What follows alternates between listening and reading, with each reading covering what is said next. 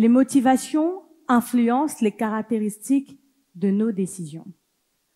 Ou les décisions, quand tu connais les caractéristiques des motivations, tu peux influencer la décision. On peut faire plusieurs phrases avec.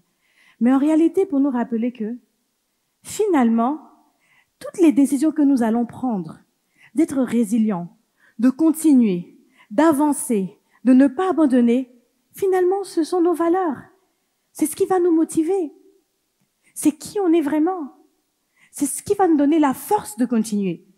Notre motivation, qui va influencer notre décision. Mais si on veut aller plus loin dans le leadership, on vous dirait que si vous connaissez les motivations des gens, vous pouvez influencer les caractéristiques de leurs décisions. Mais dans la vie, quand tu comprends que finalement les gens sont dirigés par leurs valeurs et que finalement toi-même, tu vas poser des actes, tu vas prendre des décisions en fonction de ce que tu nourris à l'intérieur de toi, tu commences à faire attention à ce à quoi tu penses toujours. Parce que sans t'en rendre compte, quand tu commences à te dire « Ah, ça va être difficile cette fois. Est-ce que je vais y arriver?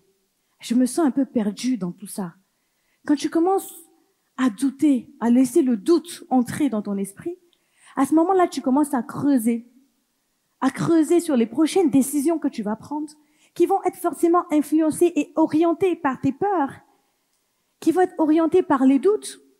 Et tu vas avoir l'impression de ne plus trouver la force en toi de continuer. Quand tu vas voir des autres avancer, tu vas te dire, mais comment ils font? Mais chacun de nous a ses défis, sauf qu'à un moment donné, on ne donne pas la place au doute dans notre esprit. On refuse. Et c'est pour ça que les gens vont dire, mais elle est entêtée, elle est folle. Il y a quelque chose qui va pas avec elle. Mais parce que c'est des gens qui refusent, ne serait-ce que de prêter leur oreille à quelque chose qui pourrait stimuler la peur dans leur esprit.